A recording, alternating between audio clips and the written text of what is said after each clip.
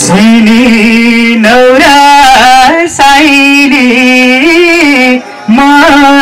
तिम्रै कान छोरी बोलायो। हजुर फेरि पनि त्यही भलापाटन त्यही प्यारो सालगाडी त्यही रमाइलो सालगाडी रमाइलो प्युठानमा यहाँहरूमाझ उभिएर आफ्ना गीत सङ्गीतहरू पस्किने जुन अवसर मैले प्राप्त गरेको छु र आजको यो बृहत सांस्कृतिक कार्यक्रमका अध्यक्षज्यू प्रमुख अतिथि विदा भइसक्नु भएको छ।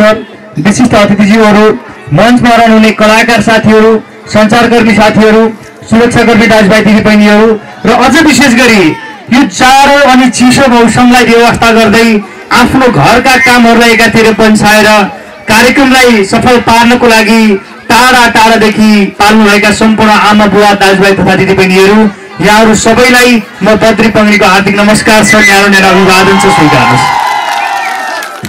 मलाई त लाग्दै थियो गीत गाउने पालै आउँदैन कि भन्ने, तर आयो पालो र फेरि पनि यो ठाउँमा पाइराख्ने जुन अवसर मलाई हाम्रो राजकुमार ठडालीले दिनुभयो। राजकुमार ठडाली एउटा तपाईँहरूले यस्तो एउटा गर्व गर्न लायक छोरो जो अहिले पनि विदेशमा जानुभयो भने इन्डियामै पनि उहाँले महिनाको चाहिँ 40-50 आइसी कमाउनुहुन्थ्यो। म उहाँसँग इन्डियामा धेरै पटक भेटेको थिएँ। उहाँले ती सम्पूर्ण चाहिँ आम्दानीहरूलाई ती सम्पूर्ण पैसालाई बिर्सेर आफ्नो गाउँको लागि, आफ्नो ठाउँको लागि, आफ्नो मातृभूमिको लागि उहाँ यहाँ सङ्घर्ष गरिराख्नु भएको छ। एउटा समाजसेवी, एउटा प्रतिभाशाली कलाकार, उहाँ गीत गाउनुहुन्छ, बजाउनुहुन्छ, अभिनय गर्नुहुन्छ, त्यस्तो एउटा व्यक्तित्व जो राष्ट्रिय लोकतन्त्र दौडगीत प्रतिष्ठान नेपाल प्युठान जिल्लाको सचिव पनि हुनुहुन्छ। म राजकुमार ठडालीलाई धेरै धेरै बधाई अनि धन्यवाद दिन चाहन्छु। सँगसँगै राष्ट्रिय लोकतन्त्र दौडगीत प्रतिष्ठान नेपाल प्युठान जिल्लाका अध्यक्ष दीपक भण्डारीज्यू आज हुनुहुन्न। दीपक भण्डारी लगायत सम्पूर्ण पदाधिकारी साथीहरूलाई, कलाकार साथीहरूलाई मेरो नमस्कार छ। र हाम्रो अञ्चल उपाध्यक्ष हाम्रो भरत मणिजीलाई मैले अहिले भर्खर देखिराखेको थिएँ, उहाँ क्यामेरा चलाउनै हुनुहुन्थ्यो, उहाँलाई मेरो विशेष नमस्कार छ। नेपाली गीत सङ्गीतको लागि, प्रतिष्ठानको लागि ज्यान दिने एउटा युवा भरत भाइ, तपाईँलाई धेरै धेरै नमस्कार, धन्यवाद छ र सबैलाई धन्यवाद दिने। आमा बिदा पाउँदिन अहिलेको साल पनि आमा घरमा आउँदिन, परदेशमा छिर्न आमा मैले पर्दा लाएको ऋण तिर्न आमा बिदा पाउँदिन अहिलेको साल पनि आमा घरमा आउँदिन, अहिलेको साल पनि आमा घरमा आउँदिन।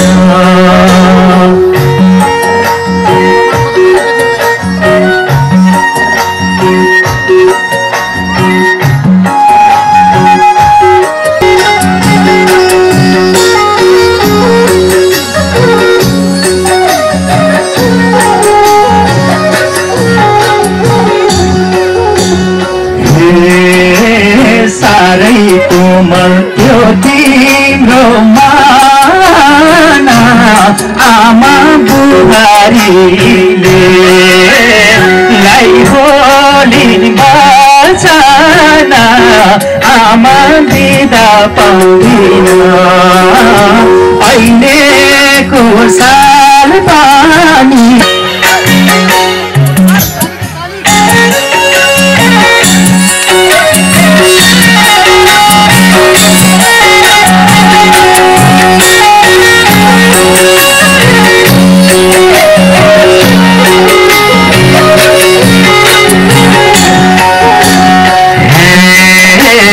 आमा तिमीले नझार आँसु आमा तिम्रो कसरी मासु आमा बिदा पाउँदिन अहिलेको साल पनि आमा घरमा आउँदिन, नझार आँसु आमा तिम्रो कसरी मासु आमा बिदा पाउँदिन अहिलेको साल पनि आमा घरमा आउँदिन अहिलेको साल पनि आमा घरमा आउँदिन अहिलेको साल पनि आमा घरमा आउँदिन। थ्याङ्क यू सो मच आमा।